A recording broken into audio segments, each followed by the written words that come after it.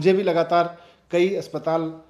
सुबह से एसएमएस भेज रहे हैं, व्हाट्सएप भेज रहे हैं, ईमेल्स भेज रहे हैं। सरोज अस्पताल है, राठी अस्पताल है, शांति मुकुंद अस्पताल है, तीर्थराम अस्पताल है, यूके हॉस्पिटल है, जीवन हॉस्पिटल है, इन सब का कहना है कि हमारे यहाँ पे ऑक्सीजन खत्म हो गई है। हम जैसे तैसे उनको कुछ सिलेंडर कहीं से दूसरे उससे रीअरेंज करके, थोड़ा सा किसी का स्टॉक ज़्यादा है उससे करके कराने की कोशिश कर रहे हैं,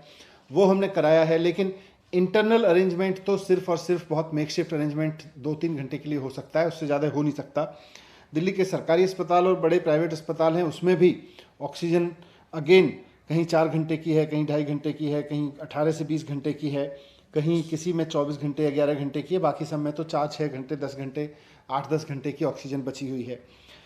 सवाल ये है कि जब कल बहुत अच्छे से केंद्र सरकार ने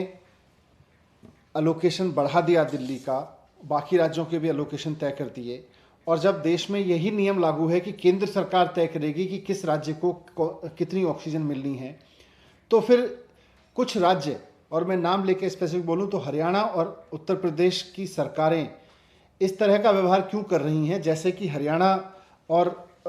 दिल्ली और उत्तर प्रदेश का आपस में झगड़ा है। ये समय, जैसा मुख्यमंत्री जी ने भी कहा, आपस में झगड़ने का नहीं है, पूरे देश को इकट्ठे होकर लड़ने का है।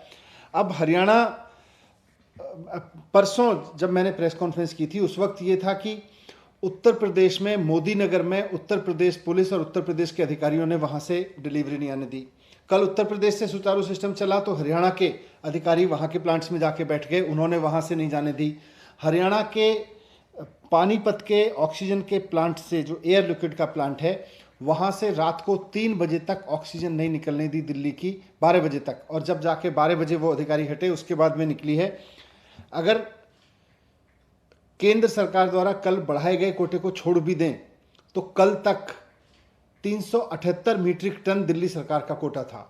इस 378 मीट्रिक टन में से उत्तर प्रदेश और हरियाणा के अधिकारियों के और वहाँ की पुलिस की दादागिरी की वजह से केवल 177 मीट्रिक टन ही कल उठ पाया, 177 मीट्रिक टन उठ पाया, जो कि 378 मीट्रिक टन उठना चाहिए था, क्योंकि जहाँ से उठना था, जहाँ से ऑक्सीजन उठनी थी, वहाँ पे पुलिस और वहाँ के अधिकारी आके बैठ गए, वहाँ के सीनियर अधिकारी आके बैठ कर उन्होंने वहाँ दिल्ली के लिए ट्रक को एंटर ही नहीं करने दिया। आज भी यही स्थिति बनी हुई है हरियाणा और उत्तर प्रदेश दोनों में। आज जो दिल्ली में चारों तरफ से ऑक्सीजन की त्राही त्राही मच रही है, उसका सबसे बड़ा कारण यह है कि हरियाणा और उत्तर प्रदेश दोनों में ऑक्सीजन को लेकर जंगल राज मचा रखा है। वहाँ की सरकारें, वहाँ के अधिकारी, वहाँ की पुलिस वहाँ के ऑक्सीजन प्लांट से दिल्ली के लिए ऑक्सीजन निकलने नहीं दे रही है। हमारे अधिकारियों ने वहाँ के सीनियर अधिकारियों से बात की है, भारत सरकार के इंटरवेंशन में भी हमने बात करने की कोशिश की है, लेकिन वहाँ ज़मीन पे स्थिति नहीं बदल रही है। हमारे